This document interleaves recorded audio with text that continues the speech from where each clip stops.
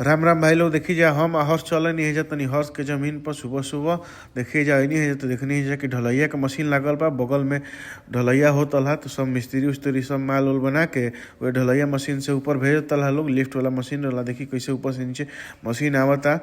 देखला उखला के बाद देखी सब गिट्टी उट्टी गिरल बा। हमनी के चल देनी है जा बगल में हर्ष कले है कि जो अंकल जी के पत्थर के चौकट आई रहे उ सब लागत फिटिंग होके तनी चल के देखल जाओ।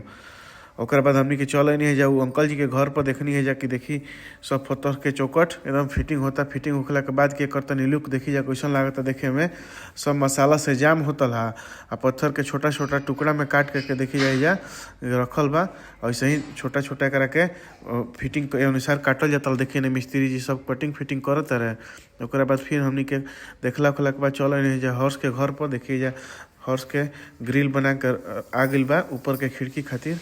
देखला उखला के बाद फिर हमने के चल नहीं जा देखिए हमें जो नीचे बा सब लाग गइल बा। एकरा में शीशा फिटिंग हुई और ये सब सामान रखल बा बगल के अंकल जी के उनका घर में अभी दरवाजा नहीं लागल। तो भाई लोग तनी वीडियो अच्छा लगे तो तनी लाइक आ फॉलो करी जा तनी सपोर्ट करी जा भाई लोग।